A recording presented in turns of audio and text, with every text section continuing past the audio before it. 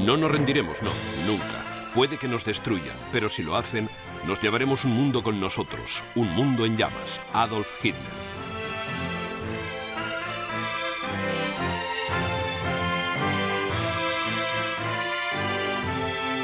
El mundo en llamas.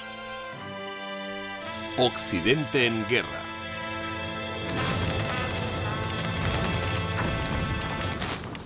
Entre 1914 y 1918, la guerra y las matanzas arrasan Europa. A lo largo de todo el continente, millones de personas mueren en el barro y las trincheras de campos de batalla sembrados de obuses. Otras tantas mueren de hambruna y enfermedades. La revolución arrasa Rusia y el antiguo imperio austrohúngaro se hunde en el caos. Alemania se rinde y los vencedores la culpan de haber iniciado la guerra. En la Conferencia de Versalles nace un nuevo orden europeo.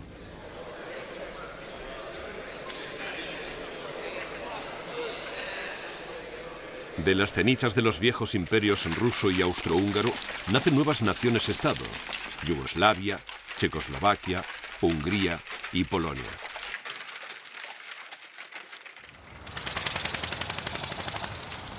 En Versalles, los vencedores imponen sanciones de castigo a Alemania, apoderándose de su territorio y desmembrando sus colonias en el extranjero.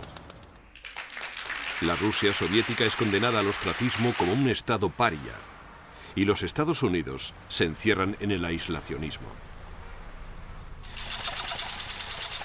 En Alemania, donde los términos dictados por los aliados victoriosos despiertan un profundo rencor popular, Adolf Hitler crea el Partido Nacional Socialista Obrero Alemán.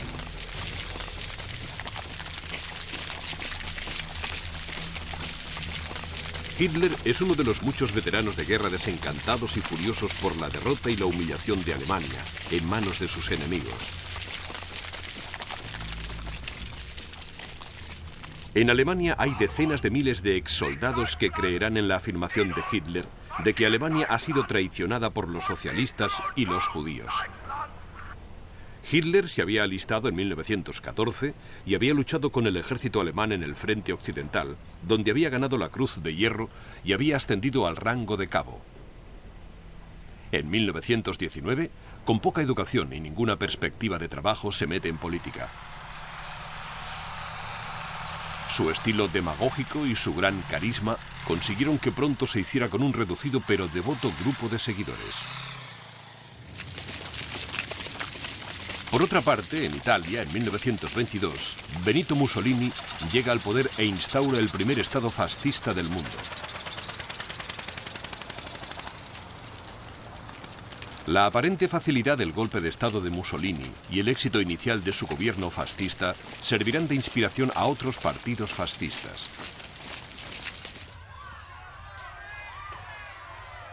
El siguiente año, Hitler protagoniza un intento de golpe en Múnich, Alemania.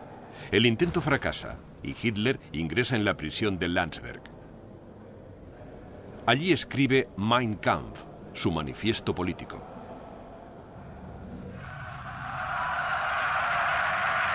Cuando abandona Landsberg, Hitler promete escalar hacia el poder con medios pacíficos y democráticos.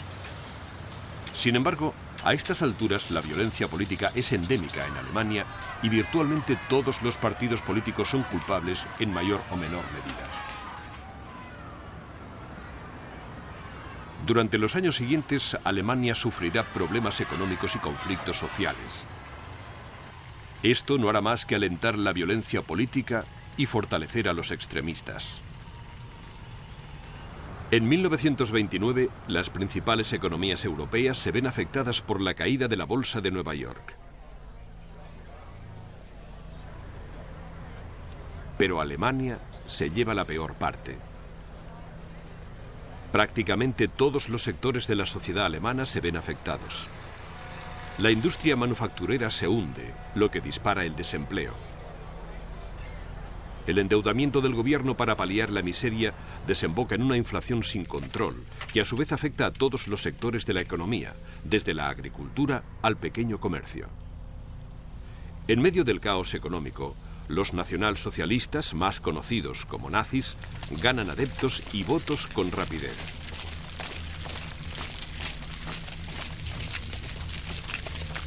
En 1932, Hitler se presenta como candidato a las elecciones presidenciales. Queda en segundo lugar, pero en las elecciones al Reichstag de este año, el partido nazi se convierte en el partido más grande.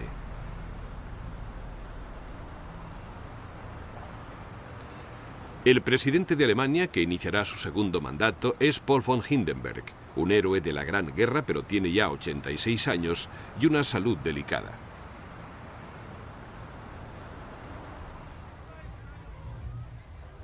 Durante el otoño e invierno de 1932, los principales partidos políticos se disputan el poder, mientras en las calles la violencia continúa.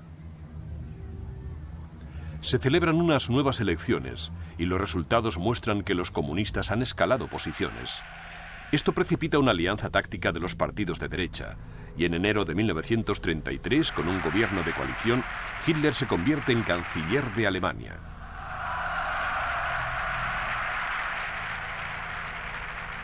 Casi de inmediato, Hitler disuelve el Reichstag y convoca unas nuevas elecciones. La última vez que se realizó esta maniobra benefició a los comunistas, pero esta vez Hitler utilizará su autoridad de canciller para inclinar la balanza de forma decisiva en contra de ellos. La policía prusiana queda bajo control de Hermann Göring, un importante diputado del partido nazi. Y Joseph Goebbels pasa a ser ministro de propaganda, controlando así la prensa y la radio. Entre tanto, las SA, el ejército privado del partido nazi, se embarca en una campaña de intimidación y violencia política. El 27 de febrero, los nazis reciben un regalo inesperado. El fuego devora el edificio del Parlamento alemán, y un joven comunista holandés es arrestado en el lugar del crimen y acusado de incendio premeditado. Para Hitler es el pretexto ideal para atacar a los comunistas, y se aprueba una legislación de emergencia para restringir las libertades civiles e ilegalizar la oposición política. Los objetivos principales de estas medidas son los comunistas y los socialistas. En las elecciones, los nazis reciben solamente el 44% de los votos, pero con los diputados comunistas electos bajo arresto o en fuga, Hitler cuenta con una mayoría efectiva en el Reichstag.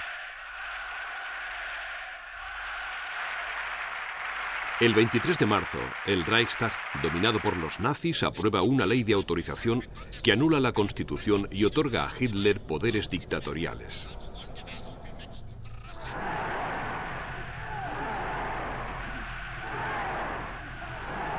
En el decurso de los siguientes 18 meses se prohíben el resto de partidos políticos de Alemania y se disuelven los sindicatos independientes. Miles de disidentes son asesinados o arrestados y confinados en el recién construido campo de concentración de Dachau. Estas purgas las llevan a cabo las SS, una fuerza paramilitar completamente leal a Hitler.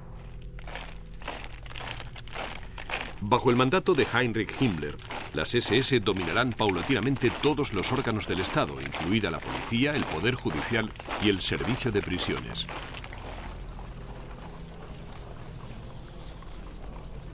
En agosto de 1934 muere el presidente Hindenburg.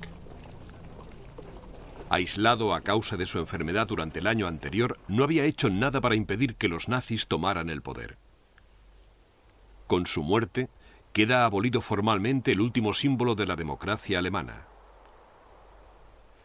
Hitler se declara a sí mismo Führer, o líder, además de canciller, y así pasa a abarcar efectivamente los dos departamentos de Estado principales y se convierte, a todos los efectos, en dictador de Alemania. Hitler lleva las cosas aún más lejos y anuncia que ahora las Fuerzas Armadas deberán jurar lealtad no al Estado, sino a él, como Führer.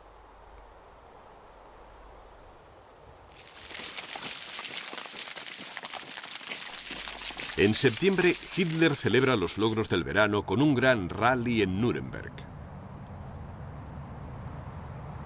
El tema del rally, que dura una semana entera, es el triunfo de la voluntad. Hitler utiliza el rally para demostrar la unidad del partido y del país, para presentar a nuevos funcionarios y líderes del partido y para confirmar su propia ascensión como gobernante supremo sobre todo lo que domina: el partido, el ejército, el pueblo y el Estado.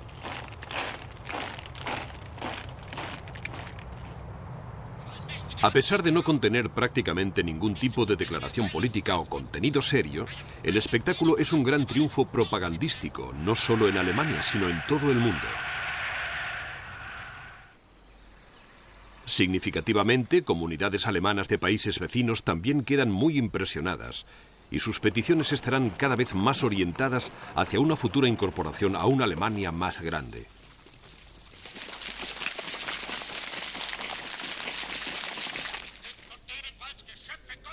En 1935, Hitler introduce el servicio militar obligatorio y anuncia la existencia de las fuerzas aéreas alemanas. Este es un paso importante hacia la guerra, puesto que muchas de estas medidas representan un incumplimiento flagrante del Tratado de Versalles, pero las grandes potencias están demasiado ocupadas con sus propios problemas como para actuar coordinadamente. Francia e Italia lo reciben con hostilidad, pero no hacen nada. Gran Bretaña es más favorable al deseo de Alemania de una paridad militar e inicia una serie de conversaciones para limitar o evitar cualquier rivalidad futura. Norteamérica reacciona aprobando la ley de neutralidad e inicia así su periodo de aislacionismo más intenso.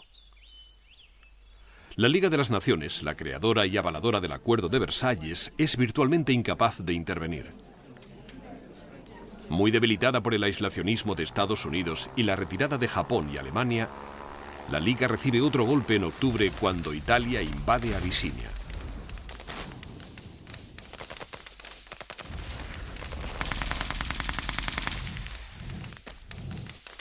Encabezada por Gran Bretaña y Francia, la Liga impone unas sanciones parciales a Italia, pero no incluyen el petróleo ni el paso libre de las tropas italianas por el canal de Suez, que está bajo control británico.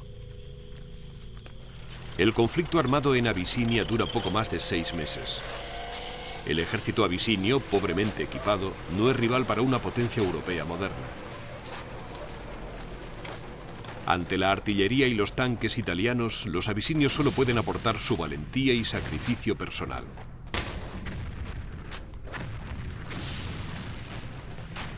Sin embargo, será la superioridad italiana en el aire la que resultará decisiva. Contra los precarios medios de la infantería nativa, los italianos utilizan gas tóxico que esparcen ya sea mediante aviones volando bajo o mediante la artillería.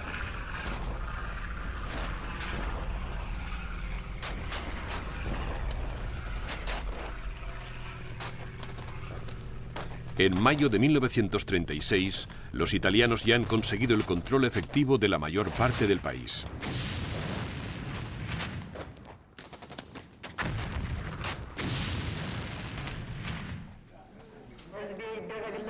A pesar de la llamada del emperador abisinio Haile Selassie, el verano siguiente la Liga vota a favor del levantamiento de las sanciones, formalizándose así la anexión del país por parte de Italia. En Alemania, las victorias propagandísticas de 1934 y 1935 quedan consolidadas por el progreso y la mejora económica. Hitler se lleva el mérito, aunque el crecimiento económico es en parte incentivado por el rearme y en parte por un crecimiento general del comercio mundial y la prosperidad.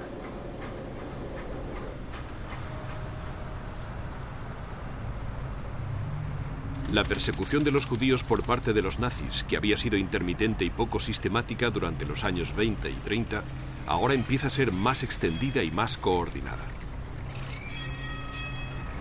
A un nivel básico, esta persecución incluye un boicot de las tiendas y negocios judíos, reforzado por un clima de hostilidad antisemítica y violencia en masa, tolerado tanto por el Estado como por las autoridades policiales.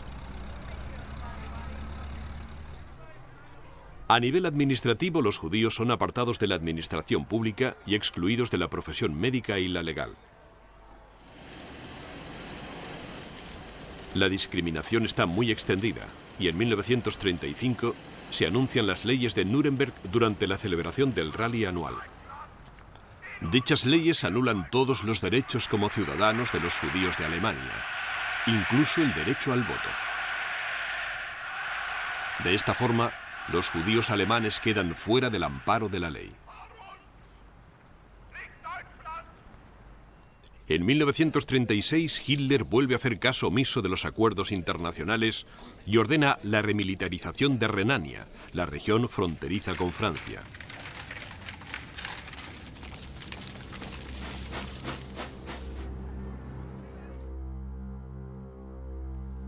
Como parte del Tratado de Versalles, firmado en 1919, Alemania tiene prohibido desplegar tropas y construir fortalezas al oeste del Rin y en 50 kilómetros de su orilla este. Esta zona desmilitarizada, que incluye las ciudades de Colonia, Düsseldorf y Bonn, está pensada para proteger a Francia de un ataque. Pero en Alemania se considera una humillación. El 7 de marzo de 1936, 2 divisiones alemanas marchan a la zona desmilitarizada, lo que supone un desafío directo al Tratado de Versalles.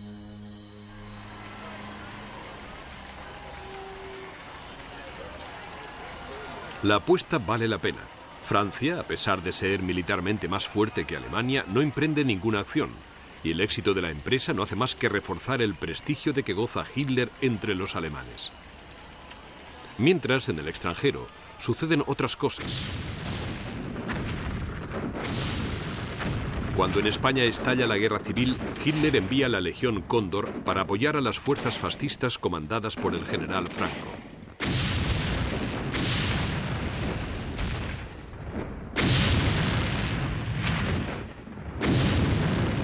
La Legión Cóndor es una fuerza combinada de unidades del aire, acorazadas e infantería motorizada. La Legión luchará en España durante cerca de 2 años, durante los cuales acumulará una valiosa experiencia en la batalla y probará armas y tácticas.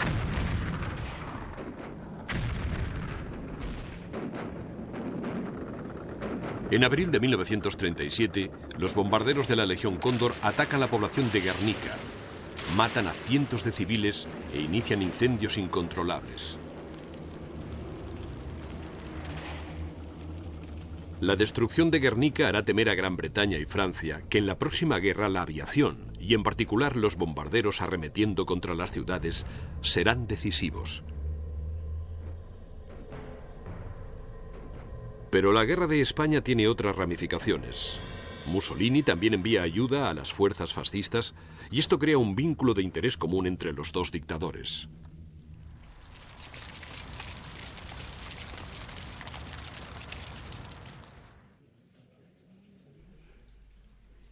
En noviembre de 1936, Alemania y Japón firman el pacto Anti-Comintern, aparentemente para detener la expansión del comunismo, pero dirigido principalmente contra la Rusia soviética. El siguiente año, Italia se unirá a la alianza Anti-Comintern, que acabará convirtiéndose en el Pacto del Eje. En 1937, Hitler abroga formalmente el Tratado de Versalles e informa en secreto a sus generales de que está preparando una guerra. Sus primeras víctimas serán Austria y Checoslovaquia. Austria está en crisis desde 1934, cuando los nazis austríacos asesinaron al canciller Dollfuss. Hitler envía muchas tropas a la frontera y amenaza con invadir Austria, y así obliga al gobierno austríaco a capitular y acceder al Anschluss, la unión de Austria y Alemania. El 12 de marzo de 1938, las tropas alemanas entran en Austria. No hay resistencia. La mayor parte de la población austríaca de habla alemana le recibe con los brazos abiertos y el día siguiente, Austria queda formalmente incorporada al Reich.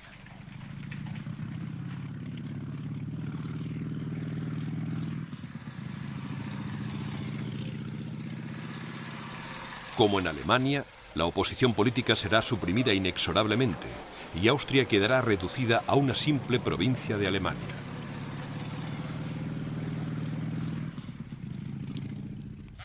En septiembre, Hitler reclama el territorio de Checoslovaquia. En concreto, reclama que Sudetenland, de población predominantemente de habla alemana, pase a formar parte de Alemania.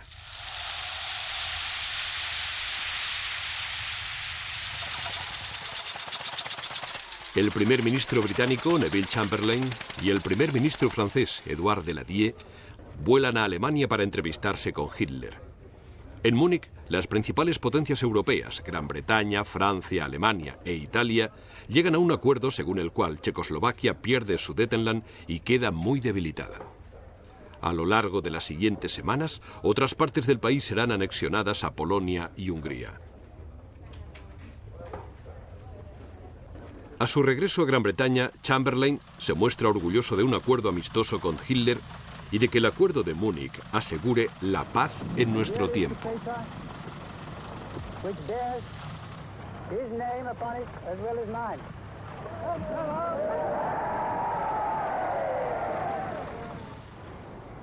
Sin embargo, su colega Winston Churchill declara que a Inglaterra le han dado a elegir entre la guerra y la vergüenza. Ha elegido la vergüenza y tendrá la guerra.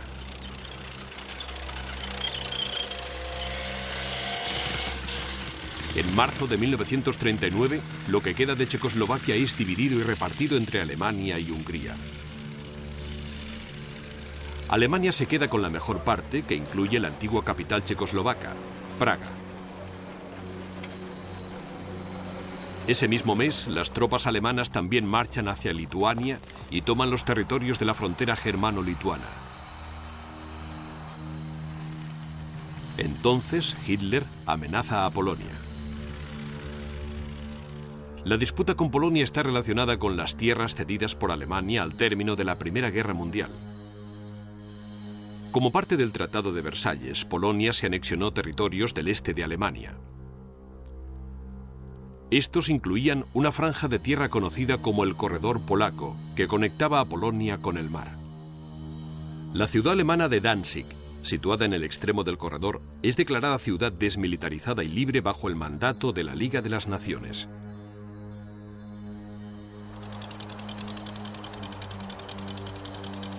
El corredor polaco y la peculiar situación de Danzig son una espina que Alemania tiene clavada, especialmente porque el corredor parte el país en dos.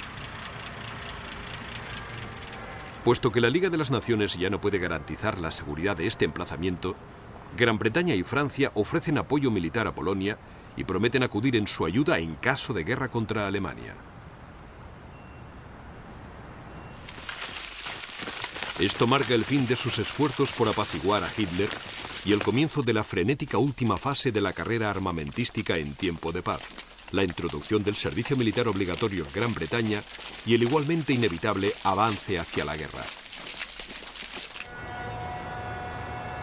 En abril, Italia invade y se anexiona a Albania, y la garantía que Gran Bretaña y Francia dieron a Polonia se extiende rápidamente a Rumanía y Grecia. Estos dos países se encuentran bajo la amenaza del creciente poder del eje en Europa Central, y Grecia particularmente por el declarado deseo de Mussolini de crear un imperio mediterráneo.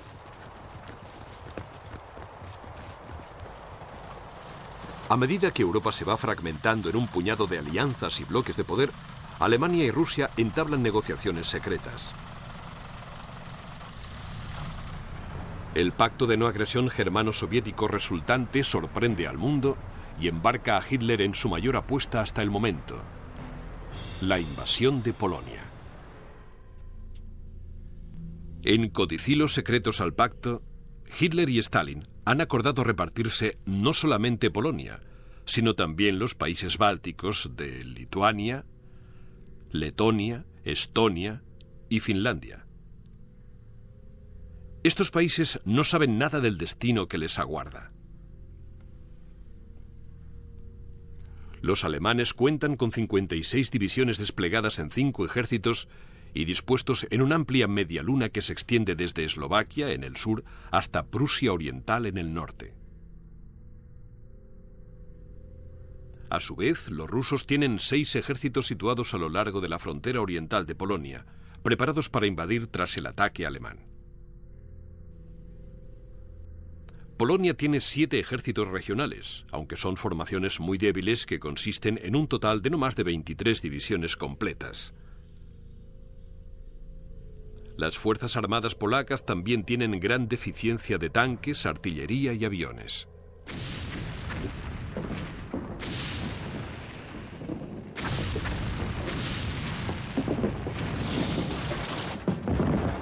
El 1 de septiembre de 1939, Hitler invade Polonia. Todas las divisiones motorizadas y acorazadas toman partido, igual que virtualmente toda la Luftwaffe. La intención de Hitler es doblegar Polonia antes de que Gran Bretaña y Francia puedan reaccionar. Es la primera demostración de Blitzkrieg, o guerra relámpago.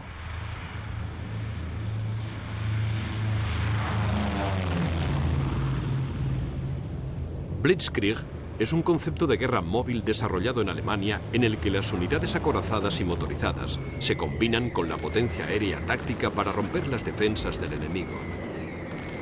Esto crea confusión tras las líneas. Estas fuerzas continúan penetrando en territorio enemigo a la vez que ejecutan grandes maniobras de envolvimiento, cortando las líneas de comunicación, suministros y retirada.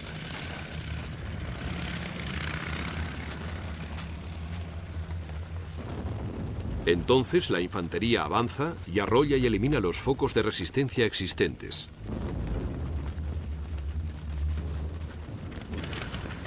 Plan Blanco, el nombre en clave de la invasión de Polonia, requiere un enorme movimiento de tenazas encabezado por las fuerzas acorazadas y motorizadas. Atacando por el flanco norte y el flanco sur, los alemanes no tardan en atravesar la delgada línea polaca y situarse a la retaguardia de las principales posiciones polacas al oeste.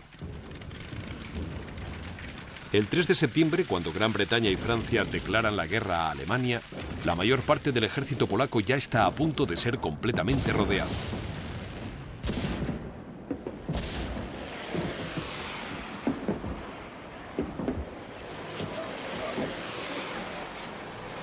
El 9 de septiembre, las fuerzas móviles alemanas llegan a las afueras de Varsovia, que el día 16 ya está completamente rodeada.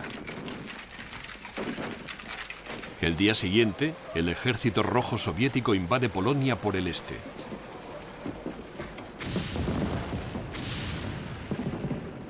En la frontera occidental de Alemania, hay enfrentamientos esporádicos cuando las patrullas francesas tantean las posiciones alemanas a las que se enfrentan. El hecho de que no haya ninguna acción ofensiva seria por parte de Francia es un regalo del cielo para Hitler, que solo tiene 10 divisiones poco resistentes en la frontera franco-alemana. Francia no tardará en perder la ventaja de la fuerza superior.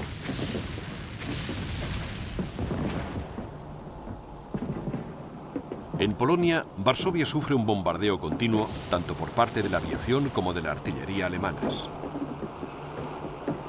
Irónicamente, la esperanza de una intervención por parte de Francia y Gran Bretaña anima a la resistencia polaca, fútil a estas alturas. Uno a uno los reductos polacos caen en manos de los alemanes.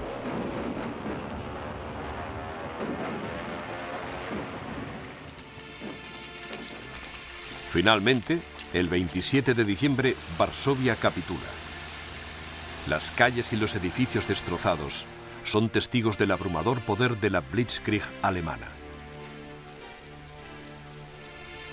De los cerca de 1 millón de polacos que caen prisioneros de los alemanes y de su aliado soviético, muchos miles morirán en cautividad.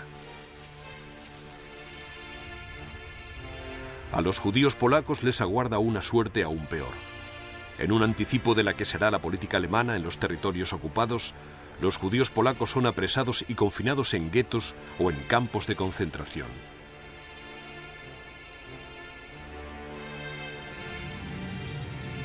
Hasta el momento, el violento antisemitismo de Hitler ha sido parcialmente consentido por la opinión mundial.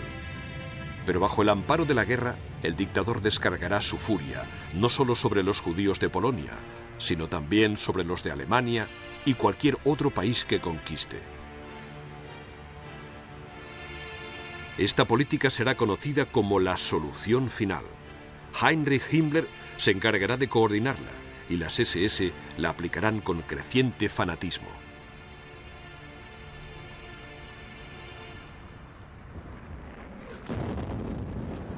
En la frontera franco-alemana continúan sucediéndose los enfrentamientos esporádicos, pero en general se mantiene la tranquilidad. La cautela francesa se ha convertido casi en una parálisis. Mientras tanto, las fuerzas británicas se reúnen en la frontera franco-belga a la espera de que Alemania ataque principalmente a través de Bélgica, como ya hizo en la Primera Guerra Mundial.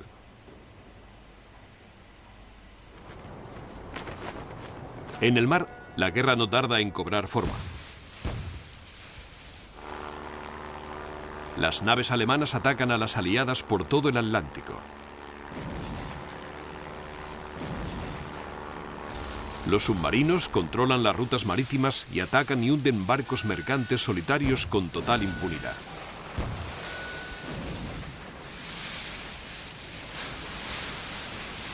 Desde el principio, la intención de los alemanes ha sido conseguir que Gran Bretaña se rinda, cortando el suministro de combustible, alimentos y material bélico básico que importa del extranjero.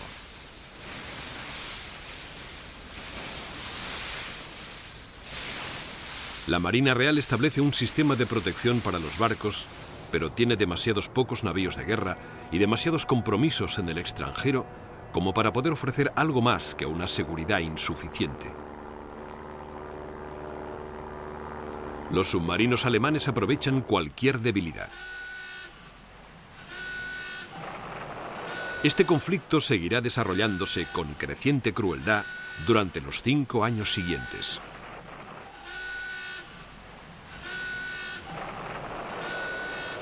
El 30 de noviembre el Ejército Rojo invade Finlandia. El pretexto soviético es inicialmente una cuestión de seguridad.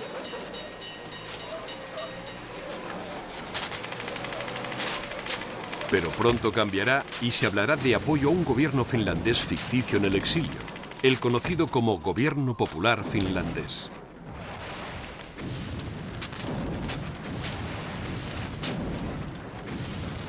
Los rusos atacan en un frente amplio.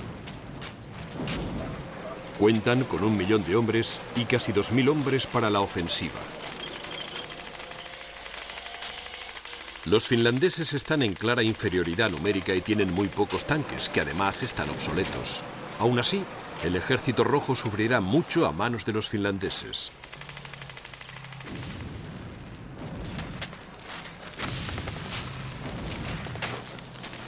En 1937, Stalin había lanzado a su policía secreta contra el Ejército Rojo y durante la subsiguiente purga se arrestó a cerca de 35.000 oficiales, muchos de los cuales fueron ajusticiados. Prácticamente todos los altos mandos desaparecen y los hombres y oficiales que han sobrevivido están asustados y desmoralizados. Además, no están preparados para una guerra en el invierno de Finlandia. Los finlandeses, por el contrario, están tremendamente motivados. Están luchando en su propio territorio y, a pesar de no tener artillería pesada, tiene gran movilidad e iniciativa. Los finlandeses aguantan más de 2 meses, pero a su sector clave del sur, los rusos envían más artillería y tanques e inician una ofensiva concentrada. En este sector, el Ejército Rojo supera numéricamente a los finlandeses en una proporción de 14-1, y los finlandeses no tardan en retroceder.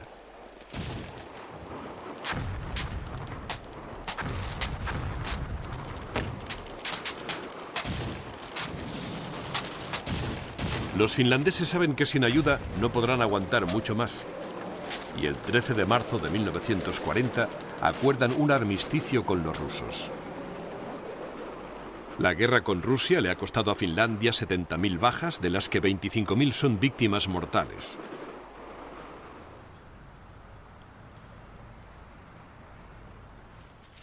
El prestigio de Rusia, sin embargo, ha recibido un importante golpe. Las bajas rusas ascienden a cientos de miles. En todas partes se considera que su victoria en Finlandia ha sido un desastre, una prueba de que Rusia, a pesar de su superioridad numérica, no está preparada para la guerra. Incluso Stalin está sorprendido por los costes. Tras Finlandia, el Ejército Rojo pasará a la defensa y reforzará las fronteras con terraplenes y trincheras. Pero los soviéticos no aprenderán la lección de la debacle de Finlandia y continuarán dependiendo de la fuerza bruta de la superioridad numérica y no de la táctica y la estrategia.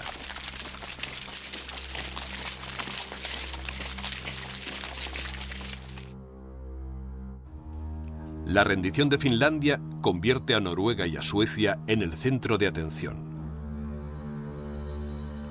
El mineral de hierro sueco, esencial para la empresa bélica alemana, es transportado a Narvik, en la costa noruega, y llevado hacia el sur por cargueros alemanes que bordean la costa. La Marina Real, violando la neutralidad de Noruega, instala minas e intercepta naves que navegan por aguas noruegas. Los británicos incluso preparan la invasión de Noruega.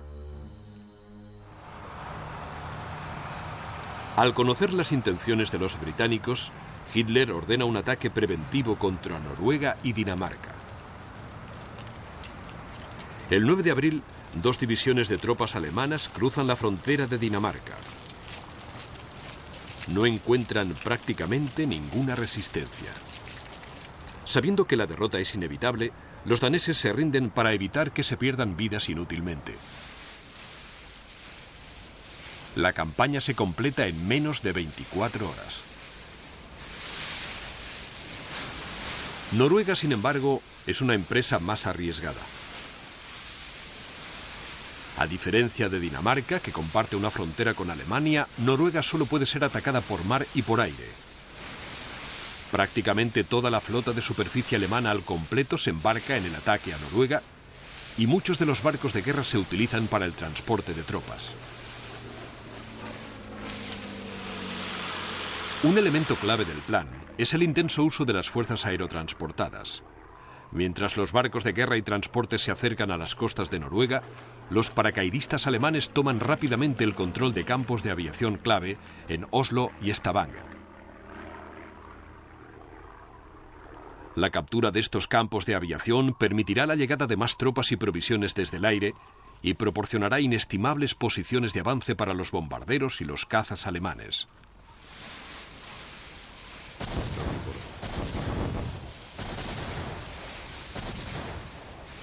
El desembarco naval en Oslo encontrará una oposición feroz. Y también habrá enfrentamientos en Bergen, pero en el resto del país los alemanes encuentran poca resistencia. Los noruegos no están avisados del ataque y en muchos lugares les coge totalmente por sorpresa.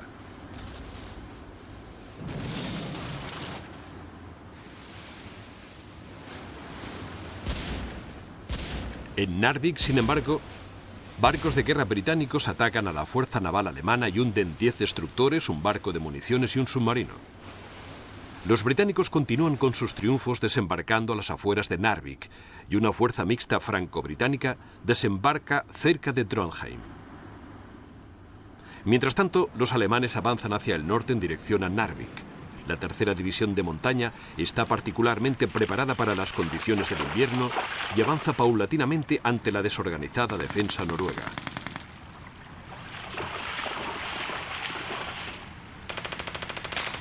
A las afueras de Trondheim, los alemanes contraatacan a los británicos y a los franceses. Estos ataques reciben el apoyo de la Luftwaffe, que despegan de campos de aviación noruegos capturados. A medida que la presión en el sur aumenta, los británicos y los alemanes concentran sus esfuerzos en la zona de Narvik y refuerzan las tropas en esta zona, reembarcando las que tenían en Trondheim. A principios de mayo, todo el sur de Noruega está en manos alemanas y sus tropas de montaña avanzan inexorablemente hacia Narvik.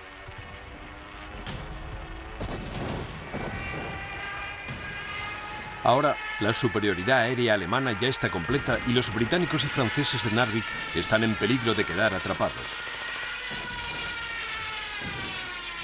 Desde el punto de vista británico, la campaña está perdida y se empieza a pedir la dimisión del primer ministro Neville Chamberlain. La crisis se resuelve el 10 de mayo, cuando Chamberlain dimite y es sucedido por Winston Churchill.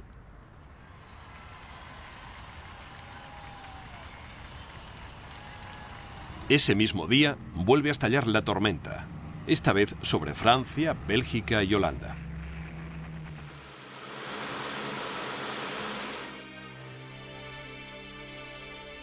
El plan de ataque alemán, conocido como Plan Amarillo, implica entrar en Holanda y Bélgica dirigidos por el Grupo B del ejército alemán.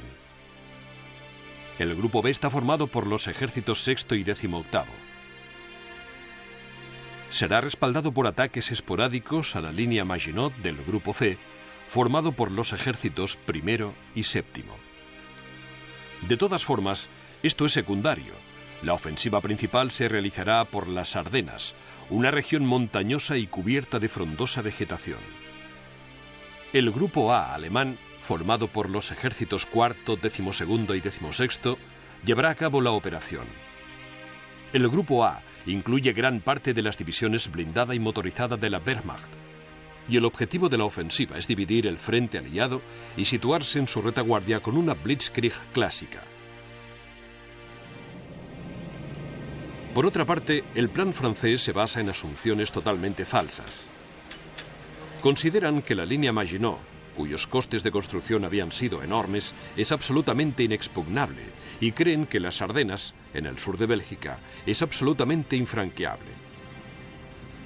Naturalmente, en estos sectores no hay muchas guarniciones.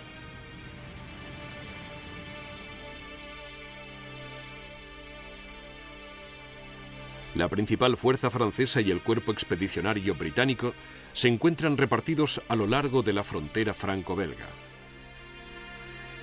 Aunque Bélgica es neutral, se da por supuesto que será atacada y que la ofensiva alemana será idéntica a la de 1914, un ataque al norte de Francia a través de Bélgica.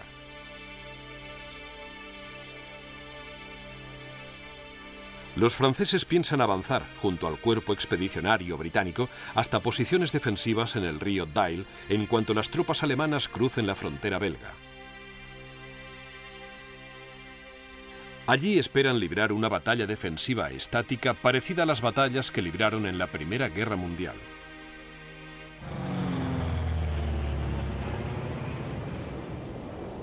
Por desgracia para los franceses y sus aliados británicos, los generales franceses responsables de la campaña no tienen ninguna intención de volver a librar una vieja batalla.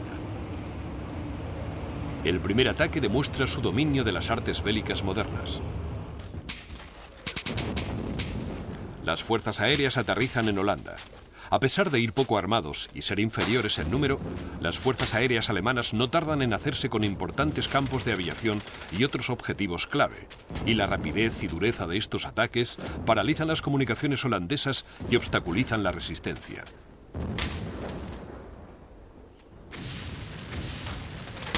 En Bélgica, otras unidades del aire toman la importante fortaleza estratégica de Ebenemael.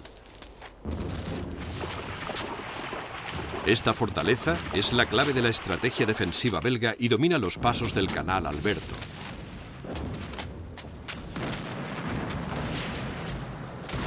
Que también son tomados por las unidades aéreas alemanas.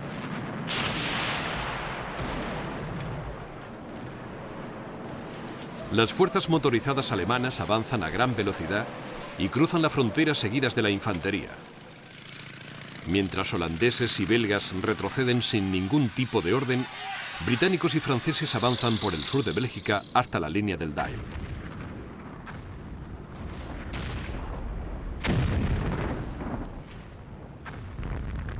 En el sur, los cañones alemanes bombardean la línea Maginot implacablemente.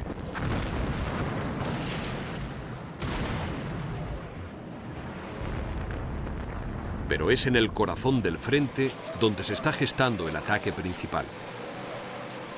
7 divisiones motorizadas empiezan a desplazarse por los arbolados desfiladeros de las Ardenas. El 13 de mayo, las divisiones motorizadas y su infantería motorizada llegan al Maus en Sedan y Dinant. Los bombarderos se lanzan en picado sobre la defensa francesa,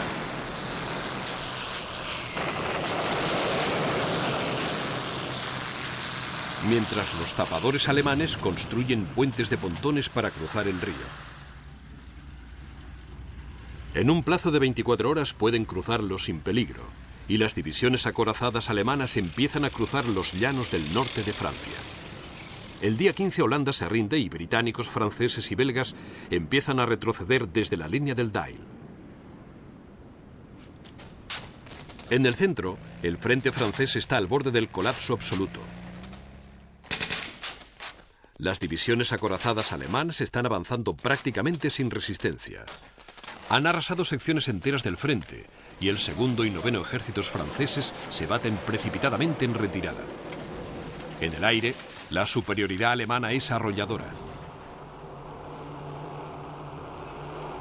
Sus cazas y sus bombarderos cruzan el norte de Francia, haciendo estragos y sembrando la confusión.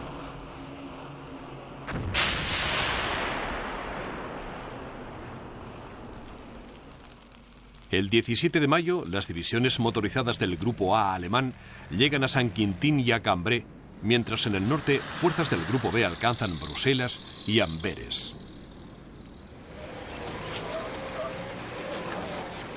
El 20 de mayo, las fuerzas motorizadas llegan a Abbeville, en la costa de Francia, cortando el paso a las tropas aliadas hacia el norte y amenazando con cerrar la línea de este a oeste.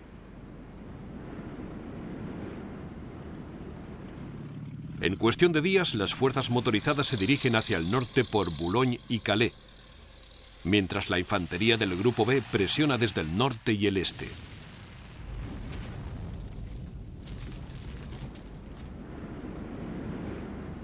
Británicos, belgas y franceses que quedan atrapados son obligados a retroceder lentamente a una pequeña zona en la que se encuentra la ciudad costera de Dunkerque.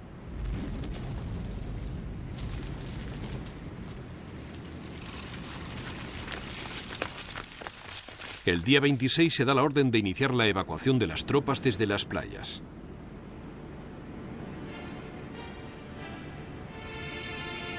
Durante los siguientes 8 días, una armada de pequeños botes recogerá a las tropas de las playas de Dunkerque y las llevará a grandes embarcaciones cercanas. Todas las embarcaciones útiles del sureste de Inglaterra se suman a la acción, en muchos casos capitaneadas por voluntarios civiles.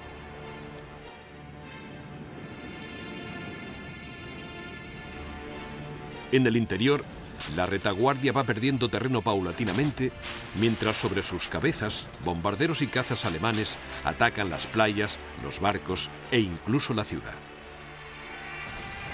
En la evacuación de Dunkerque se consigue rescatar a 340.000 hombres, más de un tercio de los cuales son franceses.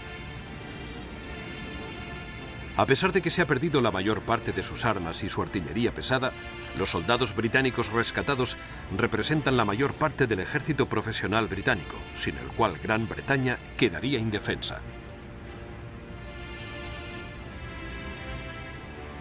El 8 de junio, las últimas fuerzas británicas son evacuadas de Narvik, en Noruega. La ocupación alemana del resto del país hace que su posición sea insostenible. A pesar de todo, los británicos en Noruega han luchado con determinación y valor, aguantando más que sus camaradas en Francia.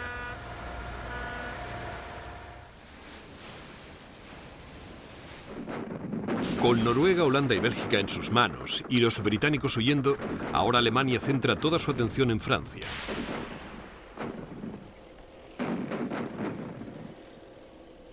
El frente francés ya está sumido en el caos.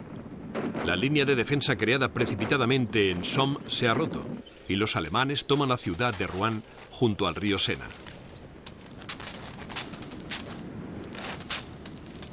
Sin reservas estratégicas para cubrir los vacíos, los franceses empiezan a caer por todo el frente. El 10 de junio, dando por sentado que la guerra ya ha terminado y ansioso por recoger los restos, Mussolini declara la guerra a Gran Bretaña y a Francia. Sin embargo, los ataques italianos por los Alpes franceses son detenidos sin dificultad. A pesar de contar con una superioridad numérica de 6-1, los italianos no pueden batir la defensa francesa y no consiguen ganar territorio.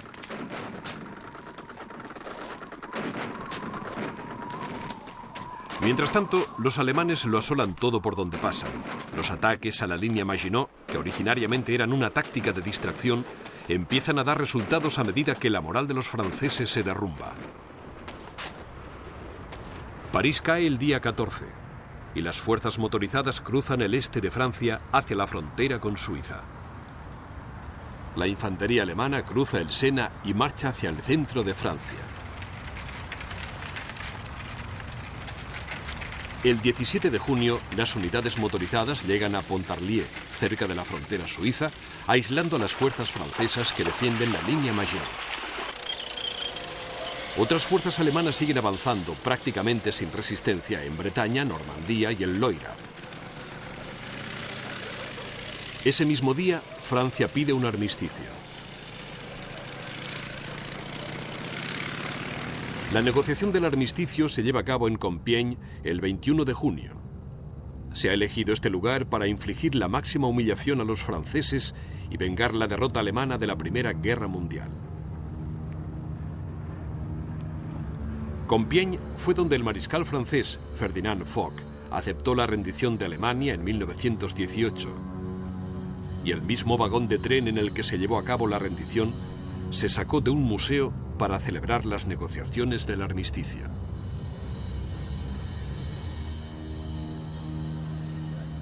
Hitler dicta los términos del armisticio y no hay discusión posible.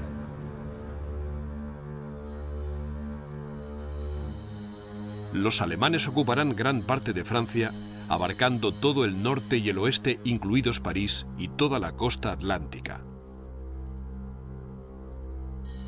En el sureste se creará una región semiautónoma que quedará bajo administración francesa.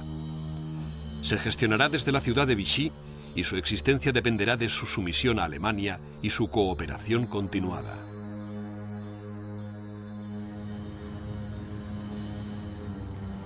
La caída de Francia puso punto final a la primera fase de la guerra de Hitler.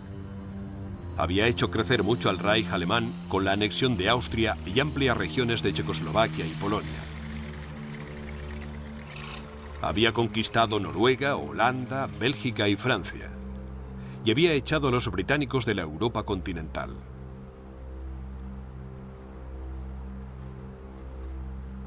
Su aliado, Mussolini, había tomado Abisinia y Albania. Y por su tardía declaración de guerra a Gran Bretaña y Francia, percibió una pequeña parcela de territorio francés en la costa mediterránea.